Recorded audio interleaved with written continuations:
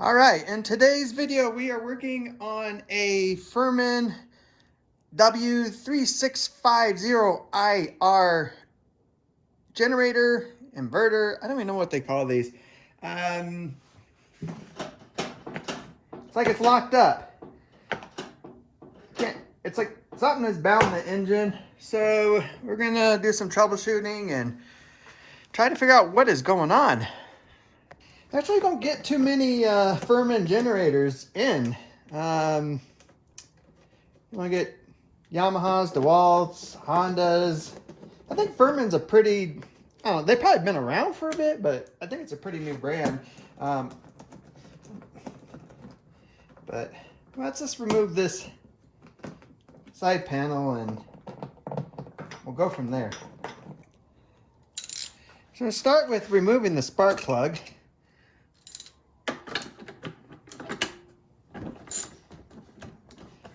Once we have that out of the way, now we're not building any compression.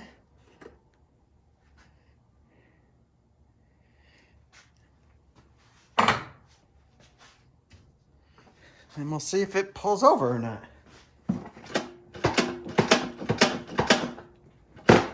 Nope, still bound up. All right, next step, we're gonna pull the valve cover off. And we're going to inspect the valves and the push rods and see if something is going on here.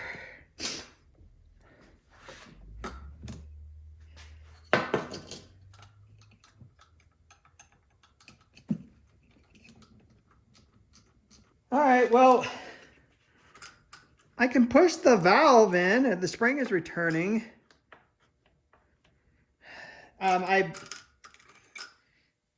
Push rods look straight.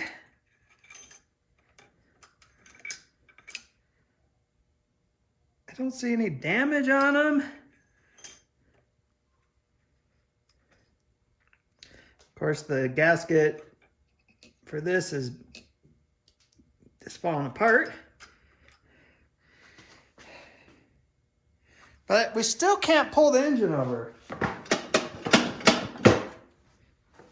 So that tells me that something internal has gone on this motor, possibly rod bearing, but something is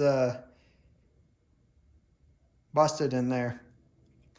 Other thing that possibly could be the issue is the pull cord. I mean, the pull cord goes in. It sounds like it's catching, but maybe there's something in the actual recoil that is possibly broke and it's just jamming the recoil, and then of course it's not spinning the motor.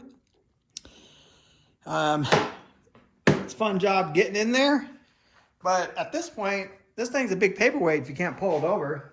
So let's just kind of start pulling some of this plastic off and see what we can get to and how hard it is to get in there. All right, I kind of got most of it out of the way. Enough that I can get to this bolt. Now I should be able to pull this off.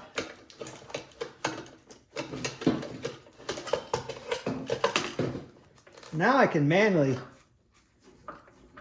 turn the engine.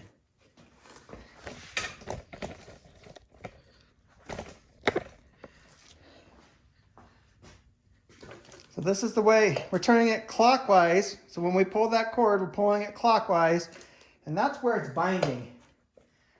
I can turn it counterclockwise, and it binds.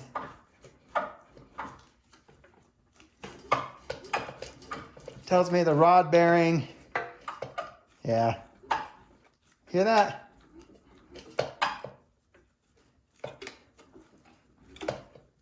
Definitely toast a rammer in there.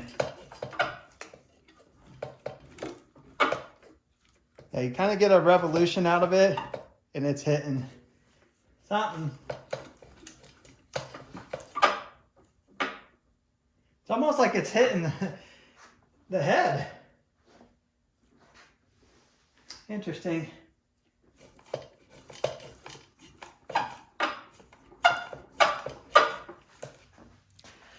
Well, at this point, let's just keep tearing it down for fun. I mean, might as well. All right, now I'm just taking apart plastic shrouds. So I'm thinking I'm just gonna should be able to pull the head off and just, we'll look at the cylinder first. Figure it out because it doesn't run, so.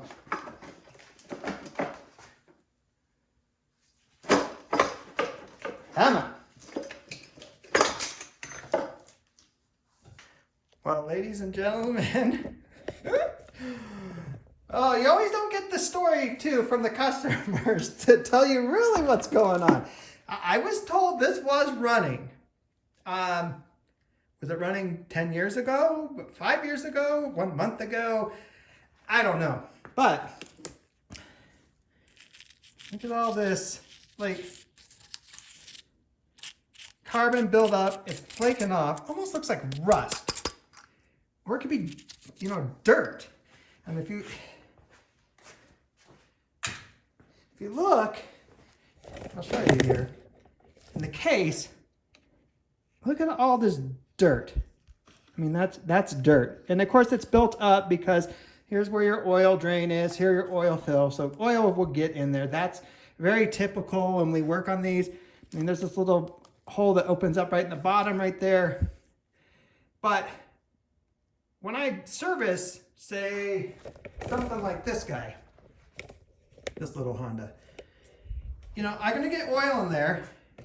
And then when I get done, I'm taking a rag and paper towels and I am cleaning it up. I mean, I'm spotless because I don't want this to happen. So you can see just how much dirt. So this was definitely ran in a high dirt environment. The air filter,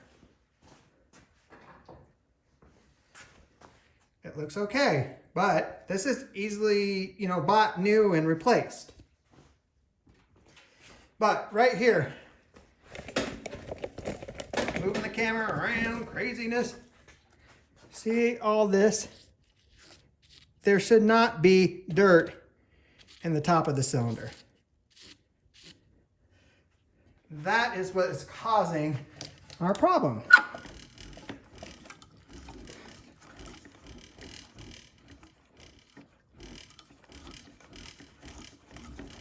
So now, it's moving great. You can see that piston comes all the way up right here. All right, I'm going on and on and on. I'm like, what's wrong with this thing? What's wrong with this thing? And I want to wrap this video up because we don't want to keep going on forever. But is it worth fixing? Maybe. I'm looking at probably at least 4 hours minimum of labor. I mean, I probably have hour into it now. Of course, this video has not been that long. I stopped, things like that. But pulling this thing completely apart, pulling that case apart, cleaning it, parts, putting it back together, cleaning it more, putting all that casing and everything back together. You know, I'm going to guess, all said and done, probably $700 to $1,000 to fix this thing, which that might sound crazy, but just my labor. This is a specialty type product. This is a special type of project. It's not for the faint of heart. So the labor rate's, you know, it's higher. It's not, oh yeah, just tune a carburetor and be done. That's a lot cheaper. When you get into more specific engine stuff, it's more expensive. And I highly suspect internal parts are busted. It's going to need probably new piston, rings, rod, bearing, the whole 9 yards. So yeah, I'm guessing like $7,000 to $1,000 to fix this thing. I'll let the customer know, see if they want to do it. But I highly suspect they're going to tell me no. Well, I hope that was a fun learning experience for you. I hope you made it through the end of the video. It was for me.